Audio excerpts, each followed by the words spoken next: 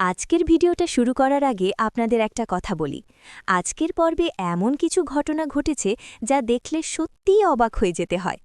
ভালোবাসা, ভুল বোঝাবুঝি আর আবেগে ভরা এই পর্বটা যেন পুরো গল্পের মোড়টাই ঘুরিয়ে দিতে চলেছে। বিশেষ করে রাহুল, তিতলি আর রাহিকে ঘিরে যে ঘটনাগুলো ঘটেছে সেগুলো একদিকে যেমন মিষ্টি, তেমনি অন্যদিকে বেশ রহস্য আর টেনশনেও ভরা। তাই ভিডিওটা শেষ পর্যন্ত দেখবেন, কারণ শেষের ঘটনাটা আপনাদের সত্যিই ভাবিয়ে তুলবে।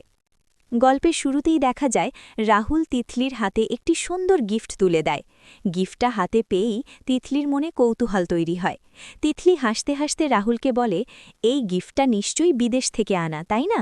রাহুল শুধু মুচকি হেসে থাকে, যেন তার মনে অনেক কথা লুকিয়ে আছে। ঠিক সেই মুহূর্তেই সুজাতা তিতলিকে ডাক দেয়।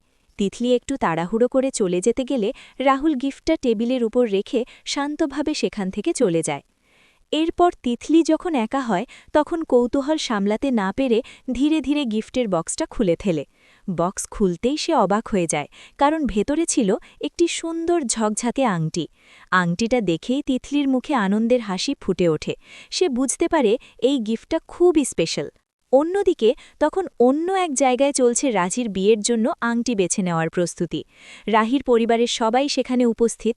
ঠিক সেই সময় জনের মা এমনভাবে কথা বলতে শুরু করেন যাতে রাহির পরিবারের সবাই শুনতে পায়। তিনি বলেন, যদি আমার নিজের একটা মেয়ে থাকত তাহলে আমি আমার জামাইকে ঠিক এরকম একটা আংটিই উপহার দিতাম। তবে আবার হাসতে হাসতে তিনি বলেন, আমি আবার এই কথা বললাম বলে আপনারা কিন্তু এই আংটিটাই কিনে ফেলবেন না। এই কথা শুনে সুজাতা একটু কৌতূহলী হয়ে কর্ণরবাবুকে আংটির দাম জিজ্ঞেস করেন। কর্ণরবাবু শান্তভাবে বলেন, এই আংটির দাম প্রায় ৭ লাখ টাকা, তবে আপনারা যদি নেন তাহলে কিছুটা ডিসকাউন্ট করে দেওয়া যাবে। সুজাতা তখন ভাবতে ভাবতে বলেন, ঠিক আছে, আপাতত এই আংটিটা সাইডে রেখে দিন। এমন সময় হঠাৎ জনের ফোন আসে।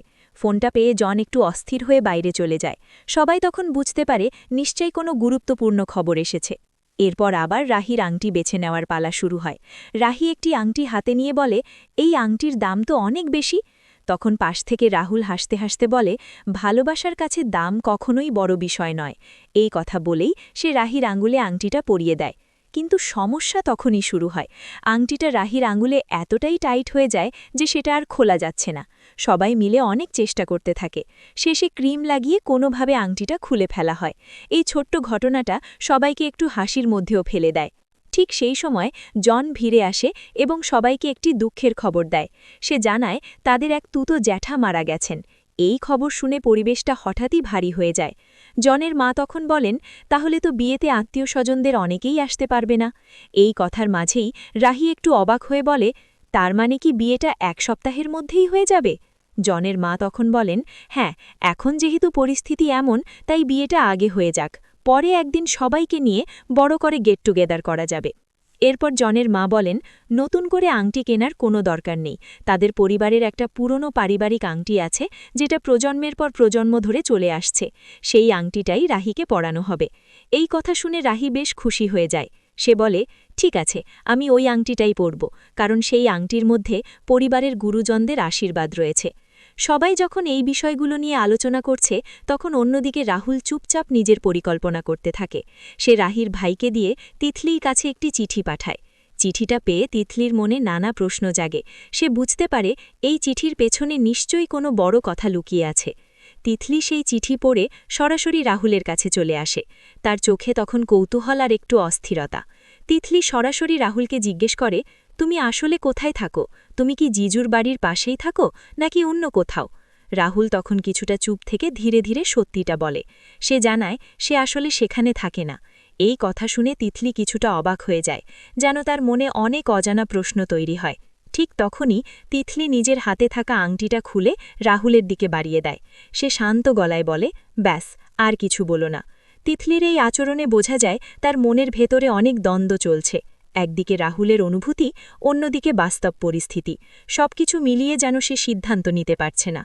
এভাবেই আজকের পর্বে ভালোবাসা, আবেগ আর রহস্য মিলে গল্পটাকে এক নতুন জায়গায় নিয়ে গেল। এখন দেখার বিষয়, রাহুল কি সত্যি তিতলিকে নিজের ভালোবাসা বুঝিয়ে বলতে পারবে? তিতলি কি তার মনের কথা একদিন প্রকাশ করবে? আর রাহির বিয়ে কি সত্যিই এত তাড়াতাড়ি হয়ে যাবে? এই সব প্রশ্নের উত্তর জানতে হলে অবশ্যই পরের পর্বগুলো দেখতে হবে। ভিডিওটা যদি আপনাদের ভালো লাগে তাহলে অবশ্যই লাইক করবেন, আপনার মতামত কমেন্টে জানাবেন, আর আমাদের চ্যানেলে নতুন হয়ে থাকলে অবশ্যই সাবস্ক্রাইব করে পাশে থাকা বেল আইকনটা চাপতে ভুলবেন না। কারণ আপনাদের একটি লাইক, একটি কমেন্ট এবং একটি সাবস্ক্রাইব আমাদেরকে আরও নতুন নতুন ভিডিও বানাতে অনুপ্রেরণা দেয়। ধন্যবাদ সবাইকে।